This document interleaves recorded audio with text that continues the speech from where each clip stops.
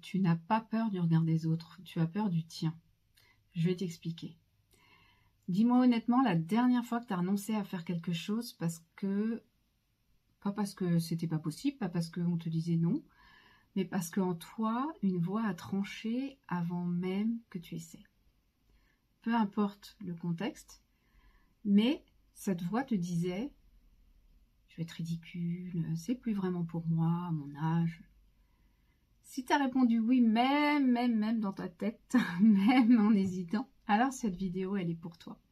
Parce que ce qu'on appelle la peur du regard des autres, après 50 ans, c'est presque jamais ce qu'on croit. Et aujourd'hui, je veux te montrer exactement ce que c'est. Je m'appelle Aude, j'ai 57 ans, j'accompagne les 50 ans et plus qui en ont assez de se faire tout petit pour ne pas déranger et qui veulent créer une vie qui leur ressemble enfin. Allez go, c'est parti.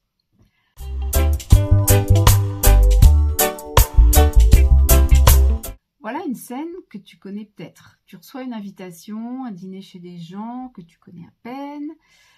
Ça peut être un cours de danse, un endroit où on pourrait te demander de prendre la parole sur un sujet que tu connais, etc.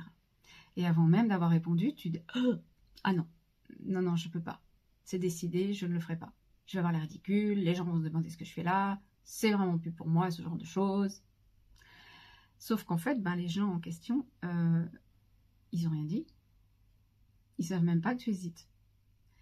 C'est comme si un procès, en fait, s'était tenu sans eux, où toi, tu étais à la fois avocat, juge, accusé, et toi, tu dis non, mais je suis juste lucide, je fais preuve de bon sens. Mais sauf que laisse-moi te dire que c'est ni l'un ni l'autre, c'est un tribunal imaginaire dans ta tête. Et ce tribunal, il s'arrête jamais, il prend jamais de vacances. Il rend des verdicts sans jamais entendre ce que l'autre partie a à dire. Ça décide tout seul, en fait. Et ce qui est retort, en fait, dans ce mécanisme, c'est que comme ce tribunal, il est intérieur, on ne le conteste pas. On ne conteste pas ce qu'on croit être la réalité. Donc on s'y adapte, on se rétrécit. On est persuadé qu'on fait un choix libre et raisonnable, mais pas du tout. Et en fait, il vient d'où ce tribunal et comment il s'est installé là et depuis quand il fait sa loi? Est-ce que tu te souviens de Jiminy Cricket, le petit grillon dans Pinocchio, qui commande toutes les décisions? Attention, réfléchis, tu vas le regretter. Il est là pour protéger, pour cadrer, pour éviter les catastrophes. Et au départ, il est extérieur, donc on peut choisir de l'entendre ou de ne pas l'entendre. Et puis un jour, à un moment de ta vie, Jiminy, en fait, il déménage. Et il s'installe à l'intérieur. Il pose ses petites valises et il commence à parler avec ta propre voix. Et là, ça commence à changer la donne. Parce qu'on ne sait plus très bien si c'est lui ou toi. Si c'est une pensée ou une vérité, si c'est de la prudence ou c'est juste te mettre en cage. Et ce déménagement, il faut que tu saches que c'est pas un accident et c'est pas une faiblesse de ta part. En fait, c'est ton cerveau qui fait exactement ce pourquoi il est conçu depuis toujours. Te protéger, anticiper le danger, te maintenir en sécurité. Le problème, c'est que le cerveau, il ne fait pas vraiment la différence entre toi au milieu de la savane face à un lion et un regard moqueur dans une assemblée. Et pour lui, c'est la même alarme qui s'active. Rejet social, humiliation possible, se sentir ridicule. Ça y est, pour ton cerveau, c'est du danger réel. Il intervient et, comme il a toujours fait, il te garde, il veut te garder là où tu es, dans ce qu'il connaît, dans ta petite zone de confort, là, bien au chaud, et surtout loin de ce qui pourrait faire mal. Tu as vu ma vidéo sur la neuroplasticité et la capacité du cerveau à apprendre dès 50 ans. Tu sais déjà que le cerveau est beaucoup plus adaptable qu'on ne le croit. Je te remets le lien en description si tu veux aller la voir. Mais cette adaptabilité du cerveau, elle a un revers.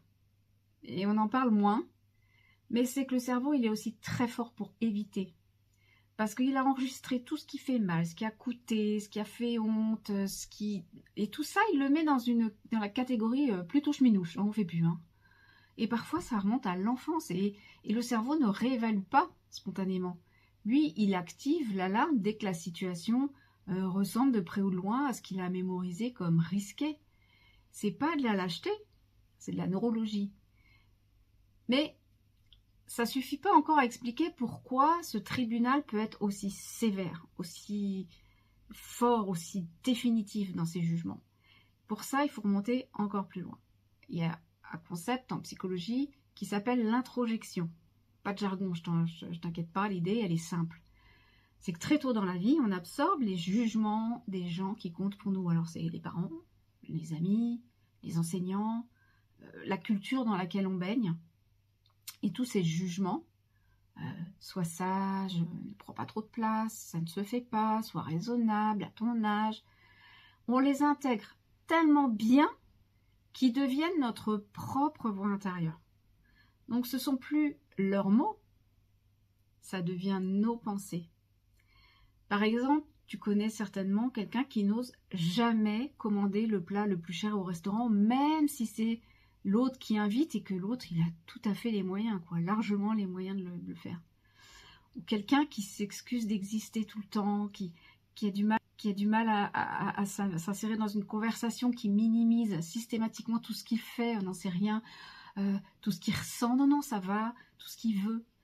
Et en fait, c'est quelqu'un qui n'est même pas capable de recevoir un compliment sans tout de suite le démonter. Et ça, c'est pas des gens qui manquent de confiance en eux par nature. Ce sont des gens qui ont reçu très tôt un message sur ce qu'ils méritaient de prendre. Et ils l'ont tellement bien intégré comme une vérité sur eux-mêmes qu'ils en sont prisonniers. Et Grand Corps Malade le dit avec précision dans son titre « Ce que je suis ». Il dit « On hérite de ce qu'on nous a transmis sans avoir eu le choix de le recevoir. On grandit avec des valises qu'on n'a pas faites et on passe parfois toute une vie à les porter sans en examiner le contenu. » J'adore.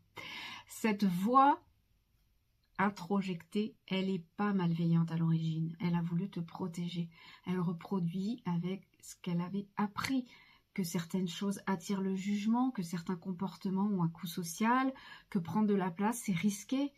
Mais tout ça appris dans un contexte précis, avec des gens précis, à une époque précise.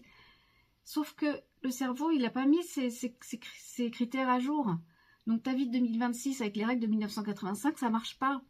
Il y a des gens qui ne sont plus là.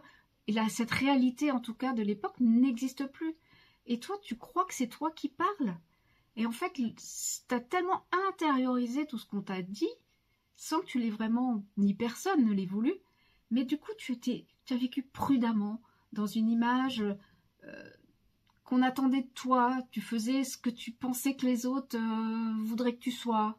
Et ça t'a peut-être empêché de porter ce que tu avais envie de porter, de prendre la parole quand tu avais quelque chose à dire, de te mettre en colère quand tu avais besoin, de commencer quelque chose de nouveau, ou de t'amuser franchement, rire, prendre la place sans te justifier.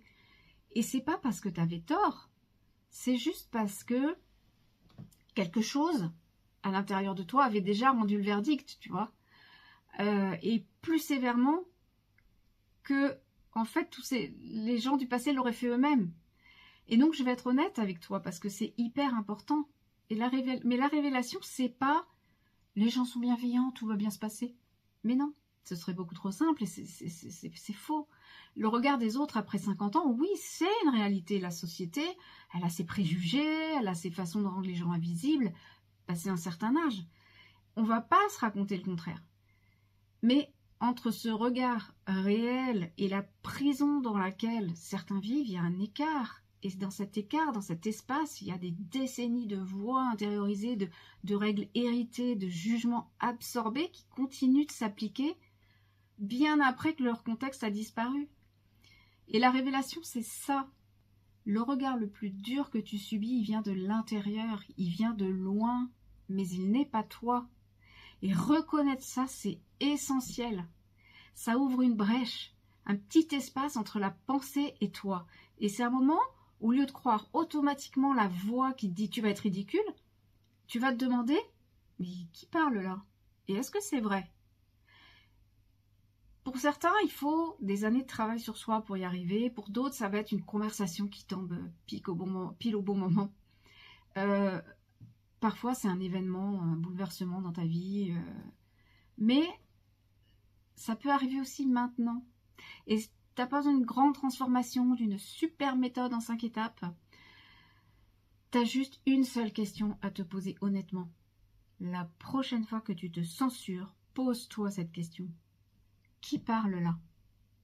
Et si la réponse n'est pas clairement toi, si tu te rends compte que c'est une voix ancienne, une règle héritée, une peur que tu as gardée d'un contexte qui n'existe plus, alors tu as déjà fait un pas très important parce que tu as commencé à faire la différence entre ce qu'on t'a appris à penser de toi et ce que tu penses vraiment.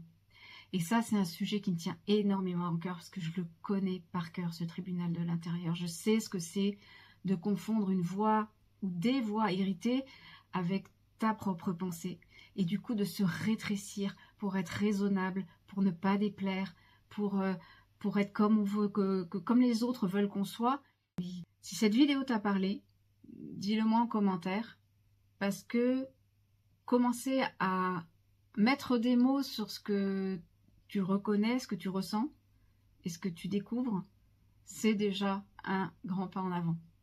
Et je te dis à très vite et prends soin de toi.